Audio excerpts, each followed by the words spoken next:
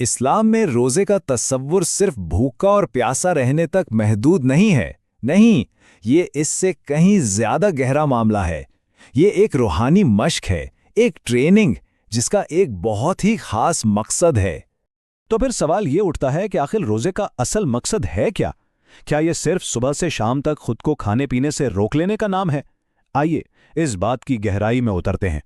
اس سلسلے میں جب ہم مولانا مودودی کی تحریروں کو دیکھتے ہیں تو وہ کہتے ہیں کہ روزے کا سب سے بڑا اور اصل فائدہ ایک اندرونی طاقت پیدا کرنا ہے، جسے وہ ضبط نفس کہتے ہیں، یعنی اپنے آپ پر قابو پانے کی صلاحیت۔ یہی وہ ایک لفظ ہے، ضبط نفس، سیلف کنٹرول، جو روزے کی پوری روح کو، اس کی حقیقت کو اپنے اندر سموئے ہوئے ہے۔ یہ صرف ایک خوبی نہیں بلکہ وہ بنیادی طاقت ہے جسے حاصل کرنا روزے کا اصل ہدف ہے۔ تو چلیے اس کانسیپٹ کو ذرا کھول کر دیکھتے ہیں۔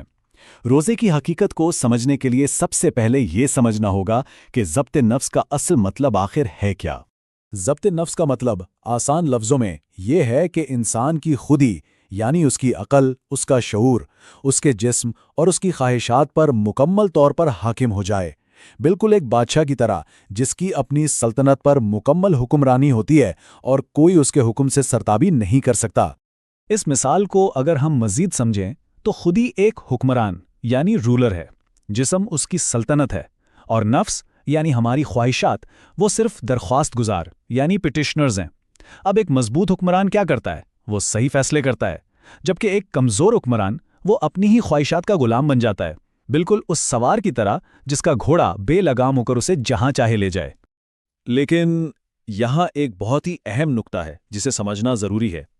ہر قسم کا سیلف کنٹرول ایک جیسا نہیں ہوتا۔ اسلام ایک بہت مخصوص قسم کے ضبط نفس کا تقاضا کرتا ہے۔ دیکھیں، ضبط نفس کی دو قسمیں ہیں۔ ایک ہے تباہ کن یا ڈسٹرکٹیو۔ یہ وہ کنٹرول ہے جو کسی اوپر والی طاقت، کسی خدا یا کسی اخلاقی قانون کو نہیں مانتا۔ یہ انسان کو فرعون اور ہٹلر جیسا ظالم بنا سکتا ہے۔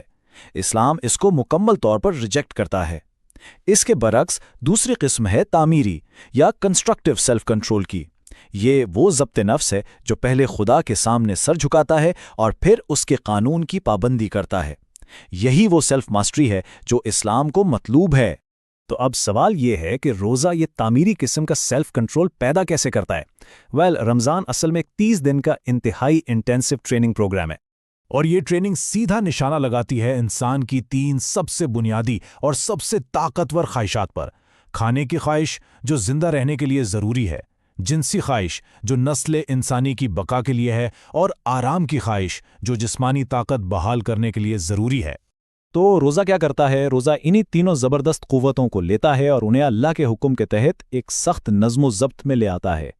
یہ ان خواہشات کا براہ راست مقابلہ کر کے اندر کے حکمران یعنی خودی کو مضبوط سے مضبوط تر کرتا ہے۔ اور یہ ہے وہ روزانہ کا ٹریننگ سائیکل۔ صبح سویرے اٹھنا، پورا دن رکے رہنا، پھر ٹھیک وقت پر افطار کرنا، اور پھر رات کو تراویح میں کھڑے ہونا۔